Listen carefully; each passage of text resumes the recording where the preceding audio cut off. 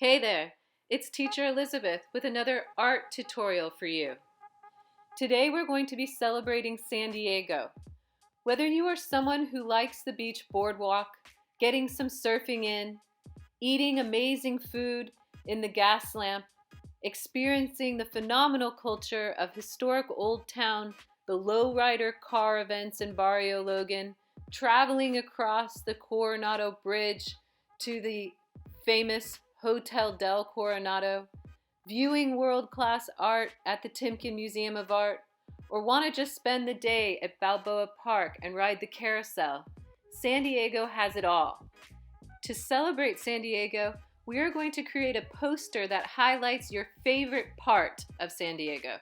I chose the carousel in Balboa Park as my main attraction, and will be showing you how to draw a zebra as well as how to make your picture look like a poster. The art materials you will need are colored pencils, a ruler, a pencil, and a piece of paper. All right, let's get started. The first thing I want you to do is to create a decorative border around the sheet of paper. You may want to plan this in advance a little bit before you move to your final drawing. You're going to create any kind of border you want, or you're going to copy me. You need to just make sure and leave room for the lettering somewhere. I'm leaving room for the lettering up top. I also sketched in my design first really lightly, and what you're seeing me do now is trace over it. So take your time, pause the video and take your time. Now I'm putting San Diego as my poster text. So I created that curved line for my letters to follow. It helps me to keep my letters aligned by having that curved line, which will be my guide for where I place my letters. You need to leave space in between your letters because we're going to turn them into block letters. Initially with your letters, just draw them in capital letters or lowercase letters, but just keep them very simple lines at first with no decoration. We're going to add decoration later. Now, to make them block letters, what you're going to do is you're going to create an outline around all the letters, all the way around. So you're seeing how I'm creating an outline around the initial letter, which will create a block letter. I'm keeping my letters fairly simple. You can add any kind of flair that you want to, but this technique is great for making block letters very easily.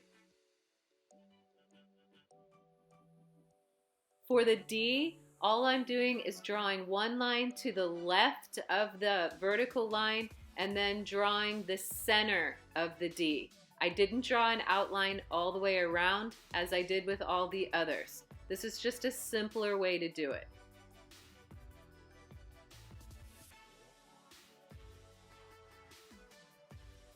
Now I drew an outline around the O and then drew a new center inside.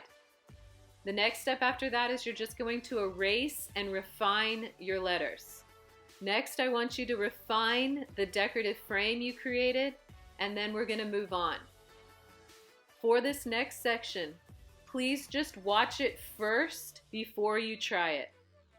We're going to use a stick figure initially with the zebra. So follow the exact same lines that I'm drawing. You've got the back, you've got the neck, you've got the head, you've got the hind quarters, you've got the front legs, and you've got the hooves. And they're all being illustrated initially with just these stick lines.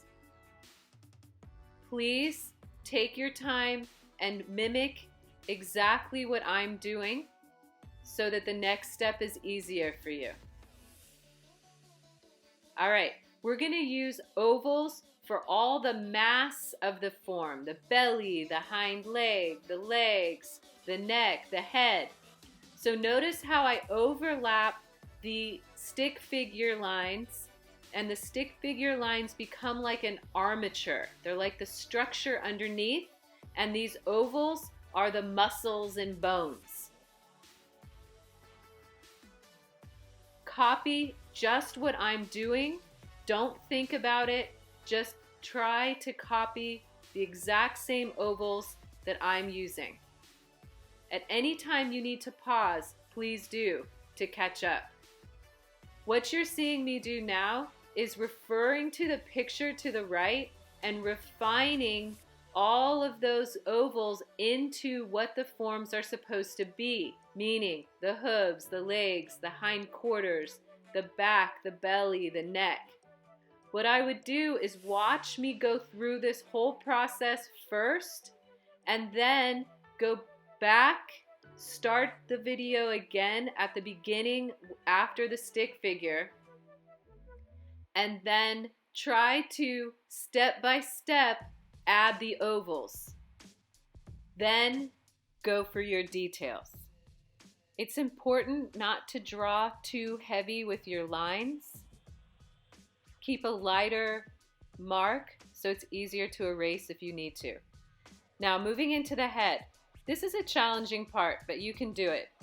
I want you to add the details just as I'm adding them. So that means you're going to pause the video and add details just step by step as I'm adding them. So we've got the head, the mouth, the mane. We're coming back for more detail on the outer edges of the back and hind quarter. And I also need to add the tail. For the shape of the tail, just use a curved line and like an arrowhead or triangle shape at the end. All right, back up to the head. We are going to add the eye and shade in the muzzle so we can see a little bit more detail. You're also going to add a little bit more detail on the far left side of the head around the jawline. And then we're going to refine the mane a little bit and erase away all the unneeded lines. Next, we go into the zebra stripes. You need to notice that the stripes wrap around the form. So don't just create stripes that are straight from top of the animal to the bottom of the animal. Think about your pencil dragging along the surface of the animal and changing direction as the surface changes. So things will start to curve a little bit. Things will start to taper a little bit.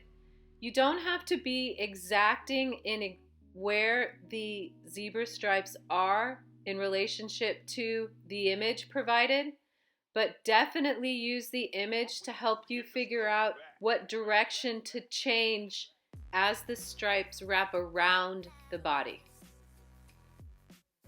Please pause and re-watch at any time to make this process easier.